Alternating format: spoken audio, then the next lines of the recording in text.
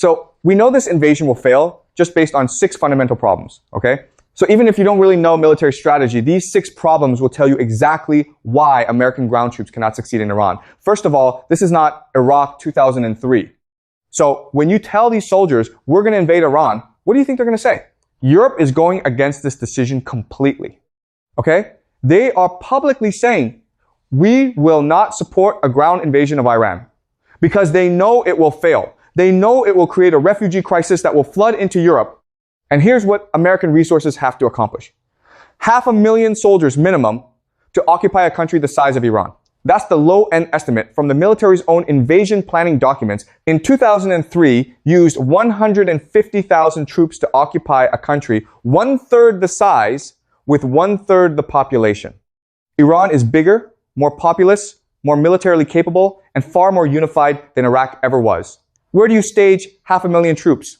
Iraq won't allow it. The Iraqi government, now Shia-dominated and closely aligned with Iran, has already announced that American forces will not be permitted to use Iraqi territory for staging an invasion. Turkey, a NATO ally, has made the same calculation. Erdogan isn't risking Turkish cities getting hit by Iranian missiles to help America invade Iran. The Gulf states are publicly neutral and privately terrified.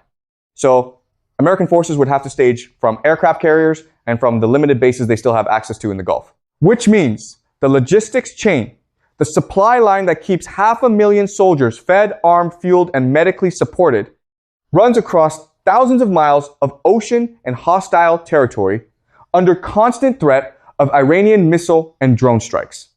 That's not a difficult logistics challenge. That's a logistics nightmare that gets worse every single day the invasion continues. And the soldiers know it. Which is why morale, before the invasion has even begun, is already collapsing. Iran is 1.6 million square kilometers. That's huge. Bigger than Iraq and Afghanistan combined. You need constant supply lines. Food, water, ammunition, fuel, medical supplies. All of this has to be transported constantly. And guess what? Iranian forces will target these supply lines. They will ambush convoys. They will make it impossible to maintain logistics. Okay? So the question is, if everyone knows this invasion will fail, the soldiers know it, the American people know it, why is it happening? What's the real reason? All right? The answer is the military-industrial complex wants this war because they want to burn excess money that's been printed. Let me explain this, okay? The American government has printed trillions of dollars over the past few years. COVID stimulus, Inflation Reduction Act, all of this money flooding into the economy. But this creates a problem. Too much money chasing too few goods equals inflation. Okay? You spend it on something that destroys the money without creating productive value. When you build a missile and then you fire it at a target and it explodes, that's money destroyed. When you build a tank and it gets blown up in combat, that's money destroyed. War is the perfect mechanism for burning excess capital. You understand? The military-industrial complex, these are the defense contractors, the weapons manufacturers, the private military companies. They make billions in profits while the money gets destroyed. Okay? So the elites who benefit from this system are pushing for war. They're bribing politicians. They're funding think tanks that write reports saying we need to invade Iran. They're paying media to create war propaganda. They're using their influence to make this happen.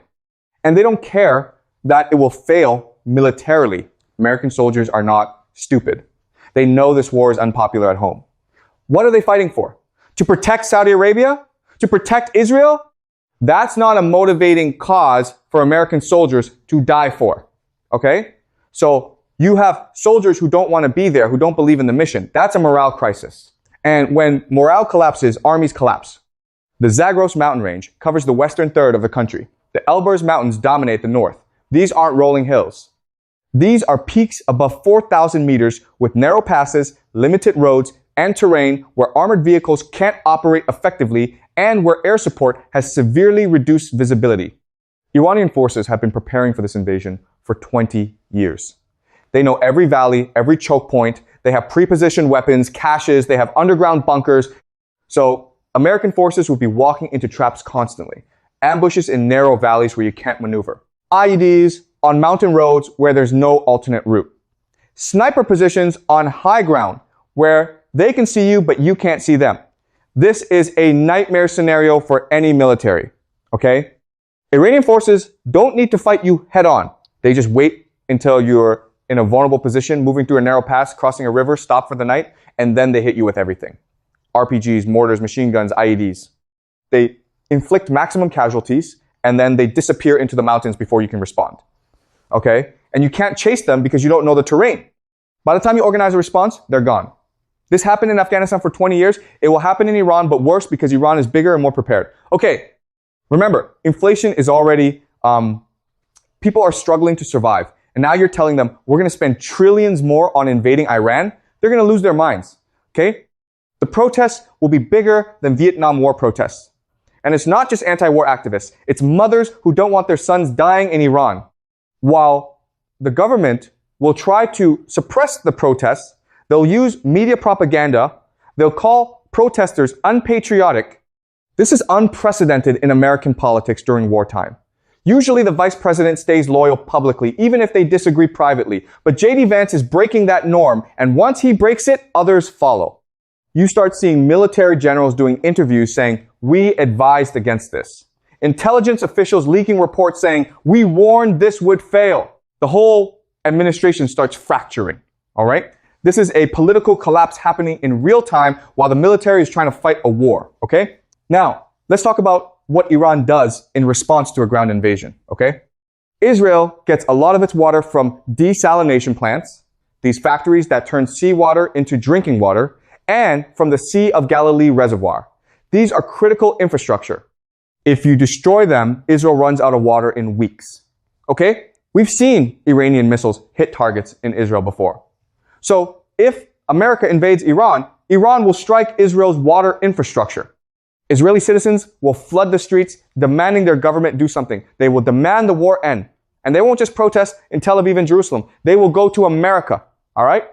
Israeli Americans, and there are many of them, they will lobby Congress. They will demand that America end the invasion because it's putting Israel at risk, okay? You'll have Israeli Americans with dual citizenship yelling at their representatives, you started this war and now my family in Israel has no water, end this now. You understand? This creates enormous political pressure.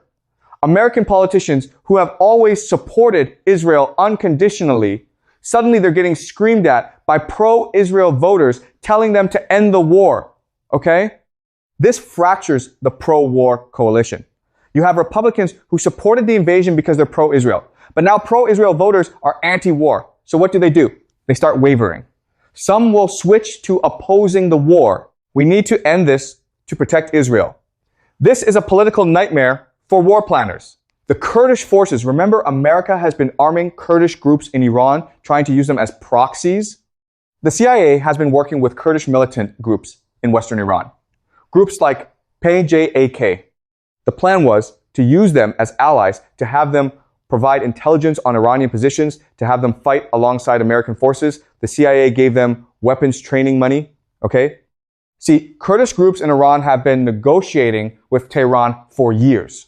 And when it becomes clear that the American invasion is failing, these Kurdish groups make a calculation. Who do we want to be our neighbor after America leaves? Iran. So maybe we should be on Iran's side.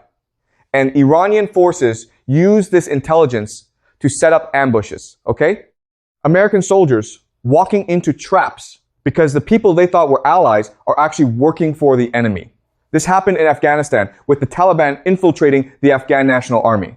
This will happen in Iran, but faster because Kurds are more sophisticated. All right. America has walked into a strategic disaster. Every single element of this invasion is failing. Militarily, it's impossible. Politically, it's collapsing. Economically, it's devastating. There is no winning scenario, okay?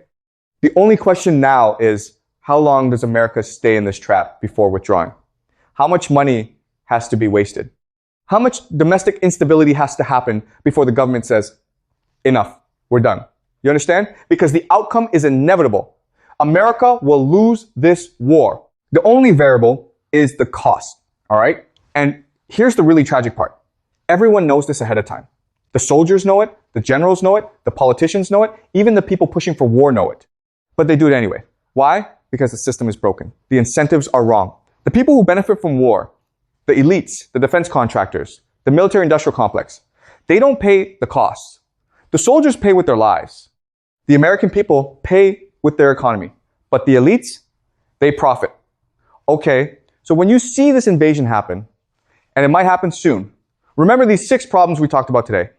So again, the key is understanding that geography, logistics, politics, and incentives all point to the same conclusion. This invasion cannot succeed. It's a trap. America is walking into it with eyes open. And we're going to watch it unfold over the next few weeks and months. Okay? I know we covered a lot. I know there's a lot to take in.